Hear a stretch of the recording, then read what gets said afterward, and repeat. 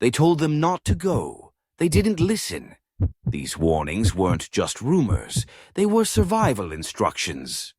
They say every town has its own ghost story, its own warning whispered from parent to child, from old-timer to newcomer.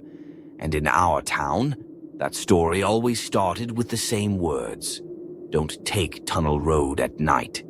The warning lived in the eyes of the locals, in the way they'd glance away when the subject came up, or how they'd shake their heads, a bitter knowledge beneath the surface. But we were young, restless, convinced that darkness was nothing more than a backdrop for adventure. We thought ourselves invincible, immune to the legends that had grown up around that stretch of cracked blacktop twisting through the trees. It's easy, in the daylight, to dismiss old warnings. Tunnel Road looked ordinary enough under the afternoon sun, just a narrow ribbon of pavement threading its way between gnarled oaks and tangled undergrowth. We laughed as we set out, the windows down, a playlist blaring, the engine humming beneath us. If there was magic there, it was only in the golden spill of sunlight flickering through the branches, the distant calls of birds and the scent of earth and leaves. But night comes quickly in the woods, and once the sun slipped behind the hills, the shadows deepened. The trees pressed closer, their branches arching overhead, forming a tunnel of their own long before the real one. The music faded, swallowed by the quiet, and even our laughter sounded hollow. The headlights carved uncertain paths through the darkness, their beams too weak to pierce the thickening mist that crept along the ground, flowing out from the underbrush as if exhaled by the earth itself. We should have turned back. We told ourselves we were fine, but the silence felt too sharp, the road too empty. Then, halfway through, as we rounded a bend and the real tunnel loomed before us, a gaping mouth of shadow cut into the hillside, our car stalled. The engine sputtered, coughed, and died, leaving us stranded in a silence so complete it pressed against our eardrums. Fog rolled in, fast, unnatural, curling over the hood and pressing against the windows, obscuring everything but the faintest outlines of the trees. The air grew cold, damp, thick enough to taste. Our breath came out in pale puffs, and every sound, our frantic whispers, the click of a lighter, the creak of the car's frame, felt magnified, echoing in the stillness. That was when we saw it. A shape stepped out of the fray, indistinct at first, more suggestion than substance, tall and thin, its movements slow, deliberate. It paused at the edge of our headlights, just beyond the reach of the beams, and though we couldn't make out its features, we felt its gaze settle on us. Every instinct screamed at us to move, to run, but our bodies refused to obey.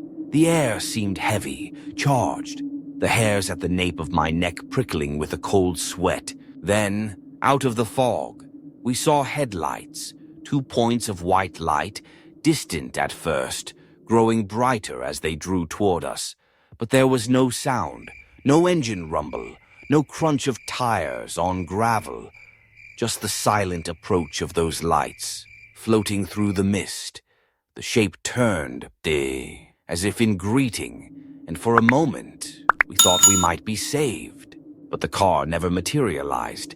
The lights hung suspended, impossibly bright, burning through the fog and searing afterimages across our vision. Then they blinked once, twice, slow and deliberate.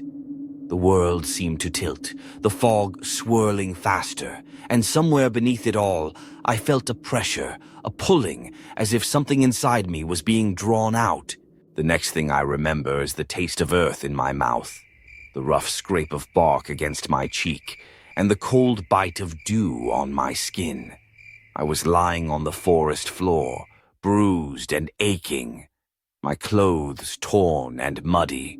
Around me, the others were waking as well, groggy and confused, with burn marks wringing our necks, red and raw, as if someone had pressed a hot wire to our throats. We were a mile from the tunnel, Deep in the woods where the trees grew thick and the underbrush tangled around our legs, there was no sign of the road, no sign of our Kieo. Only the faintest echo of headlights blinking in the dark burned into our memory. Later, when they found us, we tried to explain. We told them about the fog, the shape, the silent headlights. We showed them the bruises, the burns, but the doctors just shook their heads. The police searched the area, combed the edges of Tunnel Road, but there was no trace of the car. It was as if it had been swallowed whole. The locals listened to our story with grim faces, their eyes shadowed by an understanding we couldn't reach. Some left offerings at the mouth of the tunnel, flowers, coins, a bottle of whiskey. Others crossed themselves as they passed or muttered prayers under their breath. No one asked us for details. They already knew. Days turned into weeks. But the memories stayed with us. Fractured images of fog and light, the weight of unseen eyes, the sensation of being pulled out of ourselves and dropped, discarded, in the cold, dark woods. Sometimes, at night, I dream of headlights blinking in the mist, of a shape watching from the shadows, patient and hungry. They say Tunnel Road was built over old ground, that before the asphalt and concrete, there was only a footpath winding through the trees, a path used by those best left undisturbed. Some say the tunnel was a mistake, that something was sealed away when the hillside was cut, and that every so often, on nights when the fog is thick and the moon is dark, it reaches out, searching for something lost. Would you ignore a local warning if it meant shaving 10 minutes off your drive? We don't drive Tunnel Road anymore. We don't even walk that way in the daylight. The car was never found, and sometimes, late at night, I wonder if it's still there, trapped in fog. Headlights blinking eternally, caught between worlds. But the worst is not knowing what happened in those missing hours. Between the blink of the lights and the moment we woke in the woods, the worst is the silence. The certainty that something watched us, chose us, and let us go. For now, we left the tunnel behind, but it never really left us.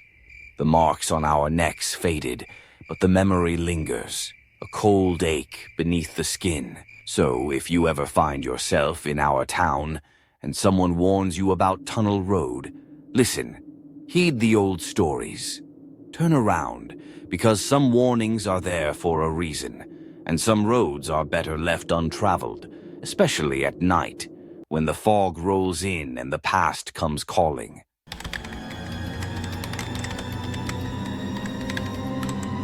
Grandpa always said, "Don't go near the old barn after dark." His words carried a gravitas that, as kids, we only half understood. He never elaborated, just tightened his jaw and shook his head when we pried. Naturally, that made the barn irresistible. Children are drawn to the forbidden, and there was a thrill in imagining we might uncover a secret the adults were too afraid to face.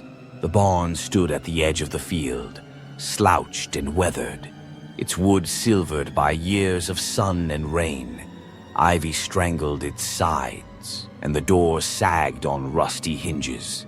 It had character, that barn, more than any of the other outbuildings on Grandpa's property. Older, somehow, as if it had been waiting for us long before we were born. That night, the moon was nothing but a ghost behind the clouds. Shadows stretched across the yard, and the air was thick with summer's last breath. There were 3 of us, me, my cousin Jake, and my little sister, Annie. We crept out with flashlights clutched in sweaty hands, hearts thumping in our chests as we crossed the brittle grass. The barn loomed above us, its outline blurred in the night. We hesitated at the threshold, daring each other to go first. I remember the smell. Old hay, dust, and something else. Something sour that prickled the back of my nose. Jake pushed the door open with a groan that seemed too loud for the hour, and we slipped inside. Pitch black swallowed us, Our flashlights revealed only slices of the interior. Loose boards, a pile of rotting hay, rusted farm implements. Every sound was amplified, the scuff of our shoes, the creak of the barn settling, the quick, nervous breaths we didn't want anyone else to hear. We edged deeper, whispering, shining our lights into the corners. Annie found an old horseshoe and held it up like a trophy, dust puffing around her fingers. Jake nudged a coil of rope with his foot, sending a mouse skittering into the darkness. We laughed, quietly relieved to find something normal in that place. Then it happened. The air shifted, as if the barn itself had drawn in a breath. Silence pressed in, heavy and expectant. We heard it then, a whisper so faint I almost thought it was the wind. But it grew louder, threading through the gloom.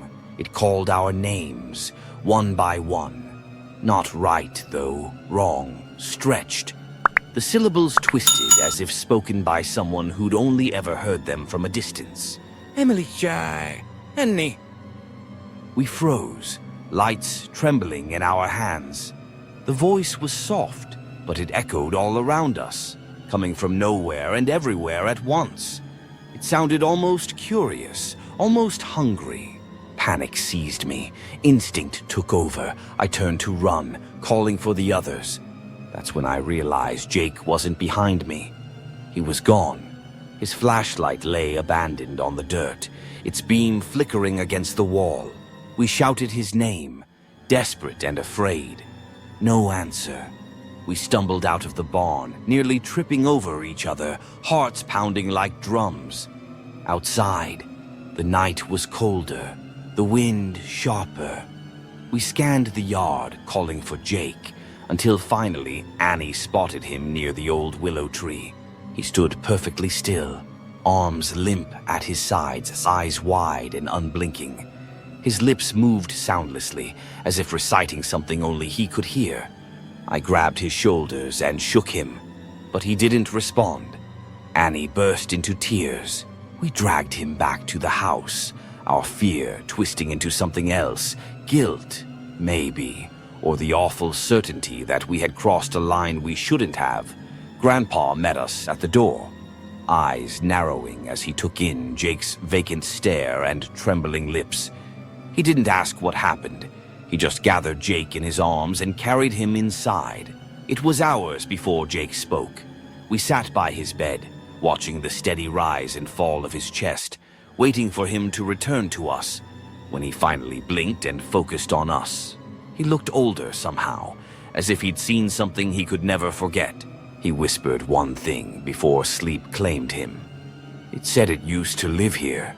Those words hung in the air, heavy and strange. We didn't understand them. Not then, but Grandpa did. He closed his eyes, jaw clenched tight, and I saw fear flicker across his face for the first time. He sat with Jake until morning, never leaving his side. The next day, Grandpa boarded up the barn. He hammered the doors shut, sealed the windows, and nailed a sign above the entrance. Keep out. He refused to talk about what happened, but I saw the way he glanced over his shoulder whenever he walked past the barn, as if expecting something, or someone, to be watching. We never spoke of that night. Not really. Annie wouldn't go near the barn, even in daylight. Jake was different after that, quieter, more thoughtful. Sometimes I'd catch him staring at the barn from his bedroom window, lips moving in silent conversation. Years passed, but the memory of that night never faded. Sometimes, when the wind rattled the shutters or the house creaked in the dark, I'd remember the way the barn felt, hungry, waiting, alive. I wondered what Jake had seen in those moments he was gone, what whispered to him in the darkness. I wondered what it meant to say, "It used to live here." Was it a person, a presence, a memory burned into the wood and hay? Once, when I was older, I asked Grandpa again. He looked at me for a long time, sadness clouding his eyes. "Some places remember," he said finally. Some places don't forget who or what they've sheltered.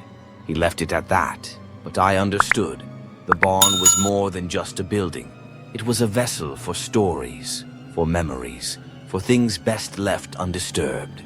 Whatever whispered our names that night, it belonged to the barn, and the barn didn't want to let go. I never set foot in that barn again. Neither did Annie or Jake.